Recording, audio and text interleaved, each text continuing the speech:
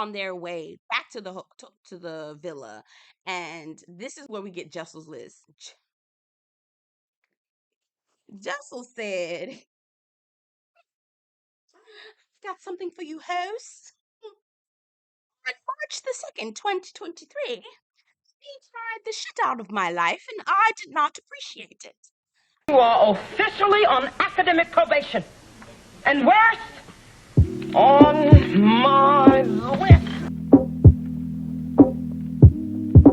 Hey y'all, welcome back to my channel. My name is Belle, and this is the Belle Perspective. And today we're going to be reviewing the Real Housewives of New York, season 14, episode 11, The Case of the Missing Phone.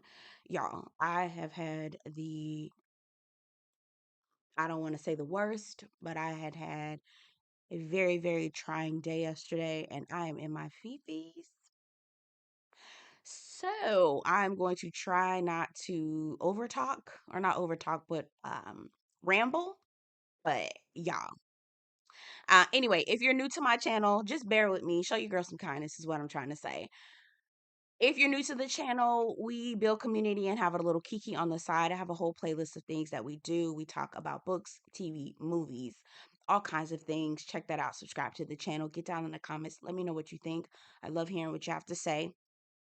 Show your girl some kindness today, y'all. I'm struggling. I'm struggling.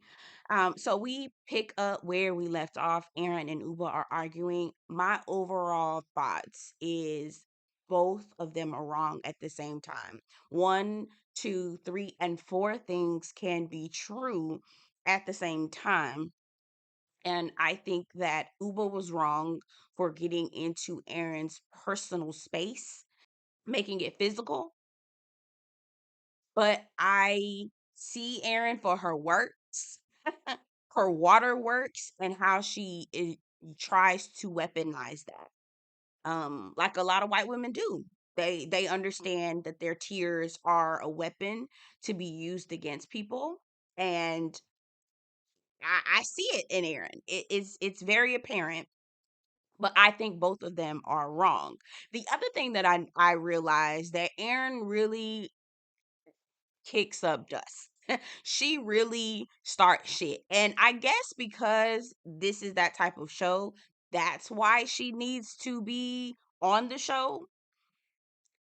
I think that I will say that.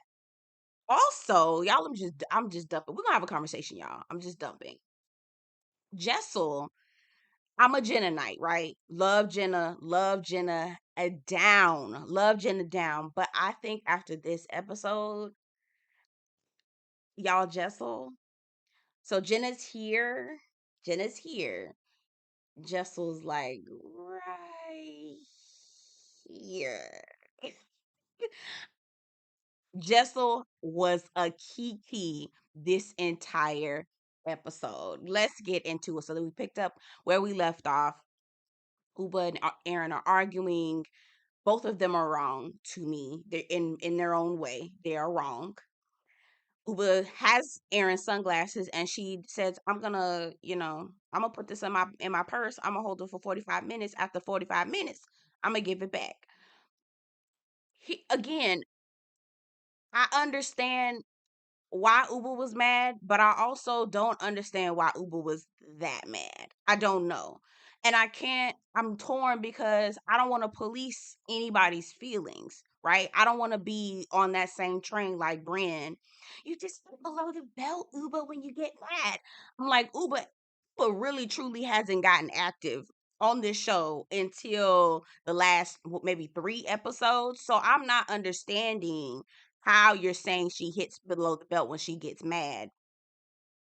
Maybe that's bean footage I haven't seen, but Cooper barely was on the show for probably the first 8 episodes. So what are you talking about? I don't know. And it just feels I can't help but maybe project my own what I've experienced as a Black woman, where I have shown how I felt, and then the entire room is like, oh my God, I can't believe she said that. It was like, well, I mean, this is where that's where you taking it, you know? So I don't know.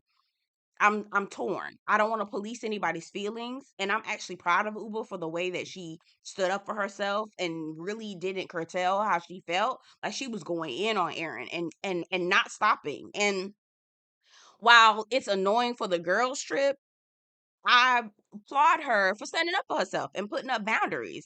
Putting up boundaries can be interpreted as rudeness when you haven't, one, put up boundaries yourself, two, when you are a habitual line stepper, right? So I can't even be mad at her.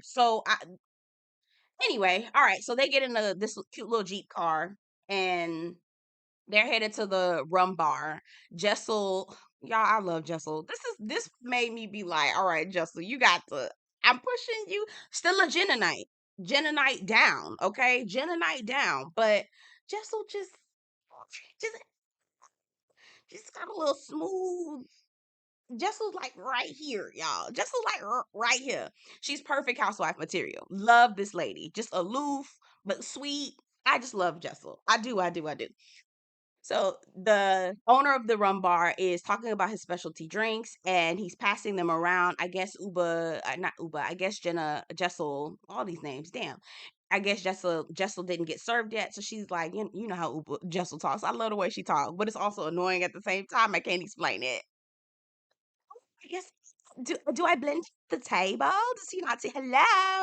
Hello? Do I blend the table? Does he not see me? It's Jessel. Oh my God, I love.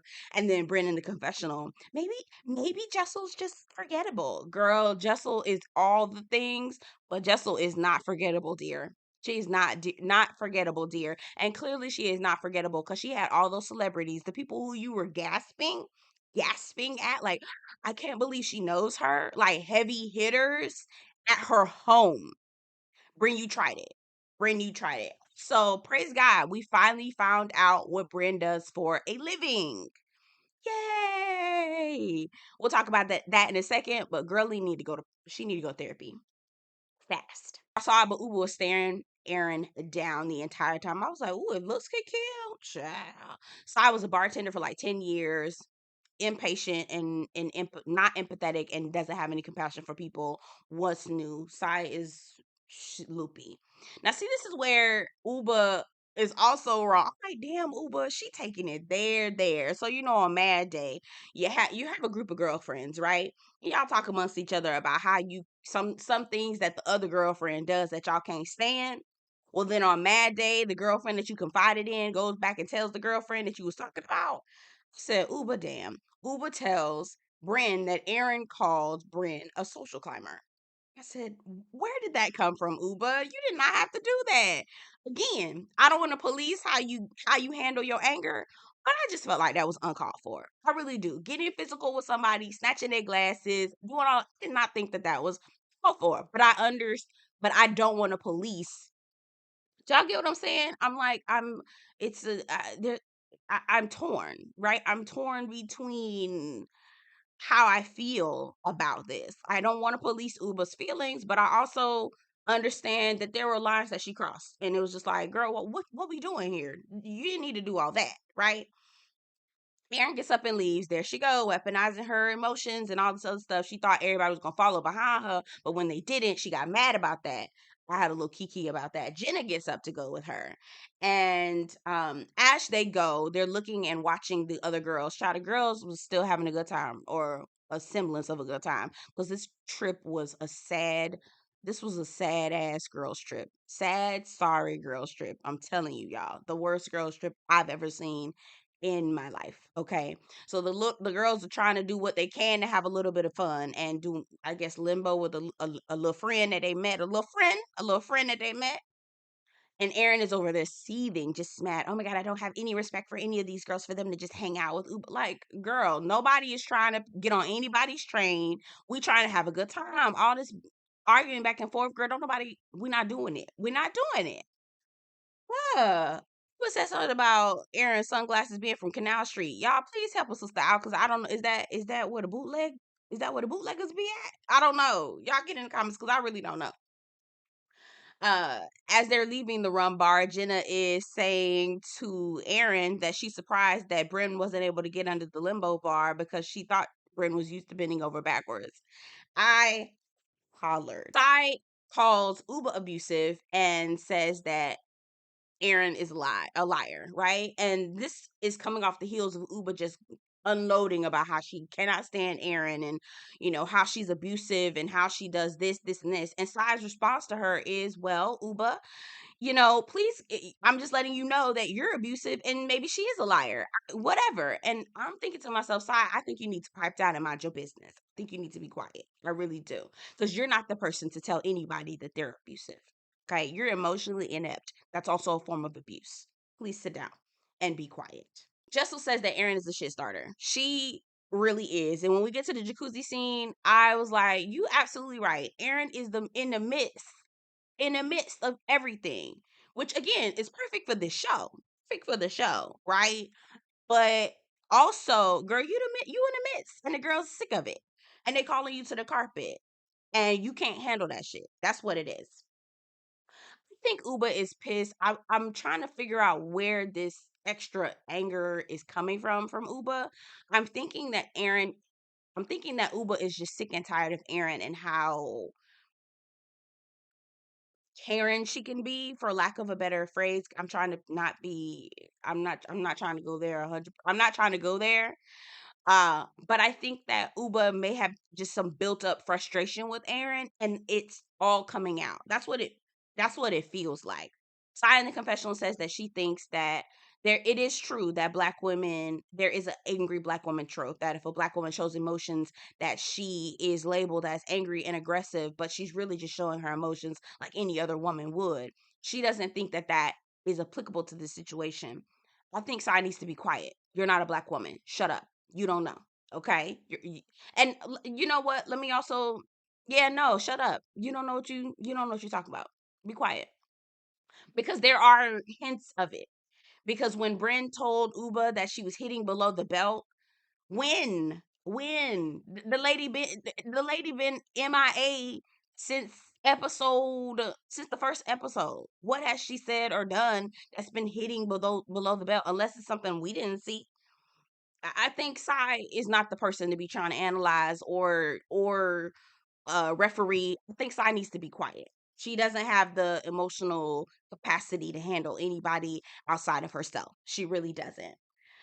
Bryn starts to talk a little bit about herself again, and she talks about she was pre-med. She wanted to become a doctor. Her grandmother gave her terrible advice, and created a monster.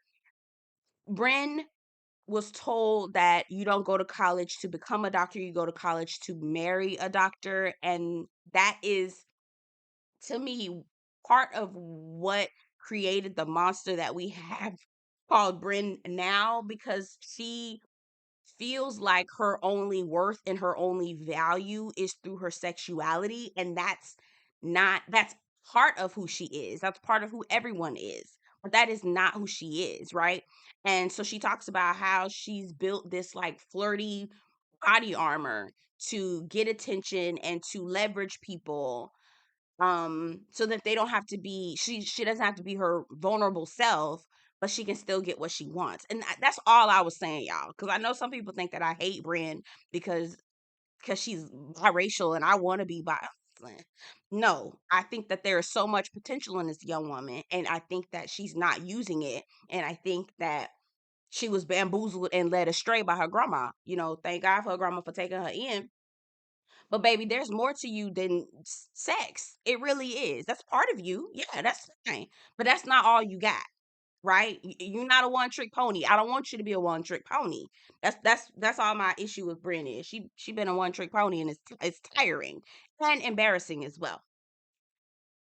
Bryn is a PR rep or consultant or something like that. She didn't go into details, but once she um dropped out of the pre-med program, she then went to school for PR and stayed in that because that was easy for her. That's a similar story for me. I was pre-med as well. I was doing biology track. I got to organic chem. I did okay in organic chem 1. I got organic chem 2. Actually, no, I got to biochemistry. I got to biochem, which is a mixture of organic orgochem, and calculus. When I tell you, I was like, I cannot do this. And I was working full time all through college. I my last year of college, I worked full time. All 3 years, I worked 3 and 4 jobs, y'all. I was working like I would wake up at 6 o'clock in the morning. I would go to my first job, work a couple hours there, take a break, then go to the next job. And then after that, I would go to the next one. I wouldn't get off work until probably about 9, 10 o'clock at night. I did not have time to be studying no biochemistry, trying to learn all of the, what was it, y'all? For the folks who know about biochem, it's like these 12, not amino acids. It's something you have to memorize. Girl, baby, I was not able to memorize none of them structures. I didn't do it. Anyway, so I had to drop out because I didn't drop out, but I had to switch majors. So I did something that I could an easier load. Anyway, so easier load, went to the school for sociology, then went and got my master's in organizational leadership, and I did a stint. I did probably about a year and a half, almost 2 years of seminary school. So anyway, I feel you, Bren. Baby, orgochem and biochem, baby, them not to be played with. You got to dedicate yourself to some time to that, okay? She starts to talk about her grandmother, and she uses this baby voice, and I'm just like, immediately when she goes into that baby voice, I said, this girl needs to be in somebody's therapy session ASAP. She has not mentioned therapy not one time. And I could tell that Jenna has been there because she used terms like, I'm more inside my body. I know that a therapy person here, okay? Be at therapy often, have to be, okay? For the last 8 years, you have to be, got to be, okay? If I'm not, I'm in trouble, okay? Um, but I could tell. Also, she went into that baby voice. She reverted back into that old trauma brand, and I said, oh God, baby, please, dear, if you don't do anything else, find a therapist, okay? Please. She starts to cry and tear up, and they are all kind of, wrap themselves around her with words, and saying that your grandmother would be proud, and again, her grandmother would be proud from where she came from. Proud of her. I'm proud of her. I just want her to understand that there is so much more than what there is so much more that she can offer the world. Everybody don't want your cooch, okay? All right, so Erin, I guess the kitchen was getting too hot for Erin because Uber was still giving her the blues. Erin decides she wants to go back to the hotel. She calls her dad. Now, this is me being a black woman in America, always kind of just leery of conversations when black folks aren't around. I low key was feeling like, okay, what is her dad gonna say? Is he gonna say something racist on his phone? I don't know. Anyway, he didn't. And if he did, it was edited out. I didn't hear nothing. But and y'all might drag me for it, but my antennas was up. Like, is he gonna say something racist on his phone? I don't know. Anyway, Erin says that she felt like she was in seventh grade again, being bullied by the guy who called her long chin silver or something like that. I'm like, girl, th- you came with the mess. You came with the mess. Now you brought the hell. Now Uber may have matched your hell with you and may have dragged you with her, but you started the mess. You very much did. You very much did, Erin. Where I'm trying to remember where Sai is telling Uba that her delivery needs to be a little curtailed. And I don't like that. Sai, you respond to people any kind of way. Y'all literally sat around Jessel and accused her of lying about her origin story, yelling at this lady, yelling at this lady, getting aggressive with Jessel. But Uba needs to learn how to deliver her messages better. Girl, someone would have got cussed out. I love the way Uba handled her. She said, "Listen, if you don't want me to go off on you, don't say nothing to me, okay? Because I'm feeling like you coming in on something. If you don't want to be a part of it, be quiet." And I know that's motherfucking right. I know that's right.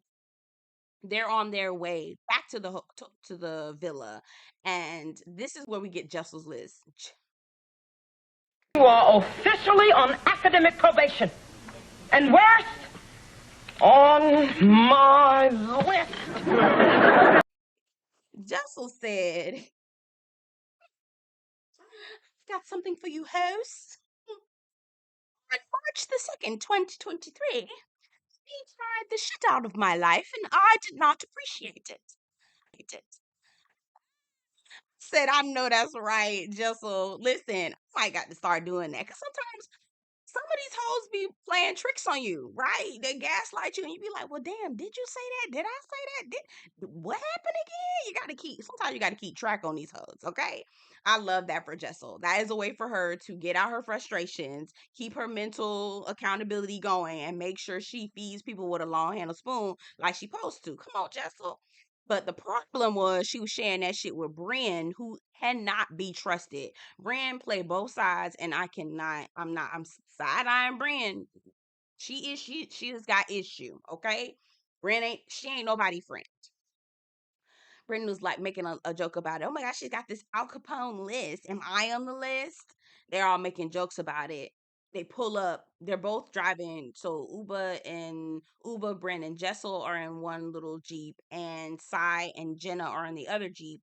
Ubah pulls up next to Jenna and Sai, and they're yelling across the way, saying, "You know, Jessel has a list. You're on the list." And I'm like, "Oh God, please don't do this. Don't do this. Don't do this." Nobody says anything about it. Nobody says anything about it until we get to the jacuzzi. So Erin asks Ubah to come outside. They try to hash it out again. They get into another argument. Ubah's looking for her phone frantically. She done forgot it in the car once again.